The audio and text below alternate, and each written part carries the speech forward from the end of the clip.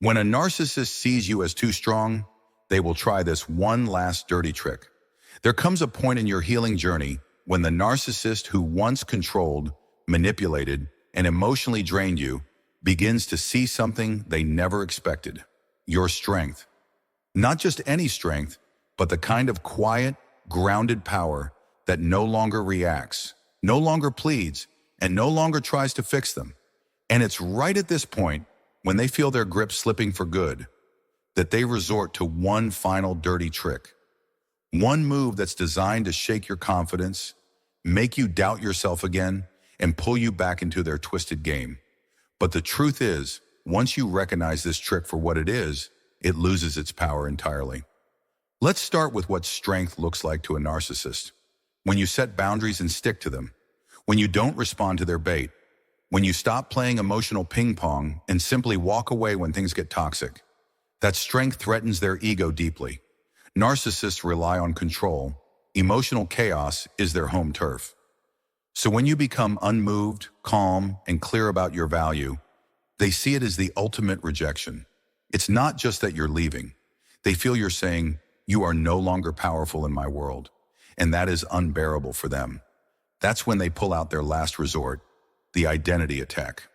This dirty trick is subtle, psychological, and incredibly calculated. It's not a grand gesture or even an obvious manipulation. Instead, it's a direct strike to your sense of self. They try to convince you that your strength is actually a flaw. They'll say things like, "You've changed, you're cold now," or "You think you're better than everyone else."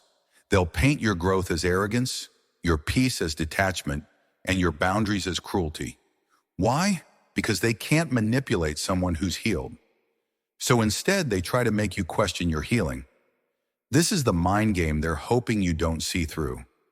The narcissist might suddenly become the victim. Out of nowhere, they might tell mutual friends or family that you've become distant or mean. They'll twist the narrative so it looks like you are the problem, emotionally unavailable, unforgiving, or even abusive. This is known as reverse blame projection. It's a desperate move, but it can be dangerous if you're not prepared for it. It makes you wonder, did I go too far? Am I being too harsh? But here's the truth. They're not confused. They're just hoping you will be. Another layer of this dirty trick is the narcissist suddenly acting healed. You'll see them post inspirational quotes, talk about therapy, maybe even pretend to take accountability. This is known as image rehabilitation. They're not doing it for personal growth. They're doing it to look like the sane one while painting you as bitter or unstable. But it's all theater. They know how to wear a new mask when the old one stops working. Their hope? That you'll question whether you misjudge them and come back. In some cases, they'll even try to love bomb you again, but in a completely different tone. It's not the sweet-talking romantic version from the beginning. No, this time it's mature, spiritual, or enlightened. They might say, "I now realize what we had was special. I just wasn't ready for someone like you." Or worse, "You were right about me. I just wish we could talk one last time." These statements are hooks, and if you're still vulnerable, they can reopen wounds you worked hard to close. Remember, a narcissist never apologizes to heal you. They apologize to reset the game. But here's what's powerful. You don't have to play. This stage, when you're standing strong, is where your true healing begins.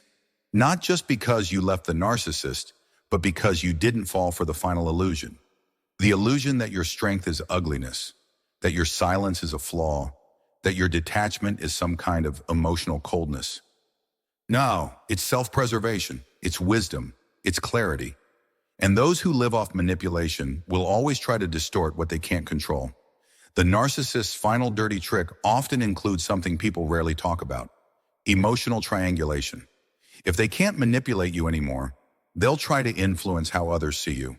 They'll cozy up to people you're close with, even those they used to dislike, and subtly poison the well. "I just wish they could have stayed soft instead of building walls," they'll say. It sounds innocent on the surface, but it's designed to make others view you as the one who changed for the worse. Their goal? To isolate your strength so it looks like emotional dysfunction. What they never anticipate is how your resilience outlasts their reputation games. Over time, people see through it. Truth has a long shadow, and when you keep living with peace, consistency, and self-respect, you expose their lies without having to say a word. Your life becomes the proof of who you are. No arguing, no defending, just being.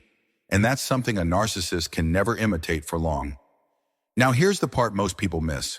When a narcissist sees you as too strong to manipulate, they don't actually give up. They wait. They wait for a moment of weakness, when you're grieving, lonely, confused. That's when they reappear like they never left, casually dropping in with, "Hey, I was just thinking about you." It's not nostalgia. It's a test. They want to know, are you still strong, or did life soften your stance? So when they return, they're not coming back for love. They're coming back for control dressed in the disguise of closure. The best defense against this final trick is awareness and preparation. You need to understand that this isn't about you being cold or closed off. It's about you protecting what took years to rebuild. The narcissist will frame your strength as heartlessness. They'll try to weaponize your peace, but you are not required to explain your growth to the very person who tried to destroy it. And if you've ever felt guilty for not hearing them out one last time, remember this. Narcissists don't want resolution. They want resumption. They want the cycle to restart under the new rules they set. But when you stop spinning in their cycle, they spin the story instead, and you must let them. Let them talk. Let them twist. Let them perform. As long as you don't engage, their play ends in an empty theater. The final dirty trick of a narcissist is not loud. It's not dramatic. It's psychological warfare aimed at your identity. They'll say you're not the same, and in that, they're right. You're not the same. You're stronger, clearer. You've become someone they can no longer fool. That scares them. That enrages them. But that, my friend, is your liberation. So the next time a narcissist accuses you of being too much, too cold, or too full of yourself, pause. Smile internally. Because what they're really saying is, I can no longer break you. And that's the truth they will never admit, but always try to undermine. If this video spoke to you, it's because you've done the work. You've broken the cycle, reclaimed your power, and now you're standing in a place that the narcissist never thought you'd reach. Self-trust. That's not just healing, that's revolution. But remember, staying strong doesn't mean staying silent. It means living in a way that no longer requires their validation. You don't need revenge. You don't need closure. You are the closure. If you found value in this video, take a moment to like, share, and subscribe. Someone out there is still stuck in the storm, and your share might be the light they need to finally walk away. Drop a comment below if you've faced this final dirty trick, or if you're in the process of rising above it. Your story matters, and this is a space where your strength is not only seen, it's celebrated. Until next time, protect your peace, guard your light, and never forget, the strongest version of you is the one that refuses to play their game. Stay free, stay wise, and I'll see you in the next one.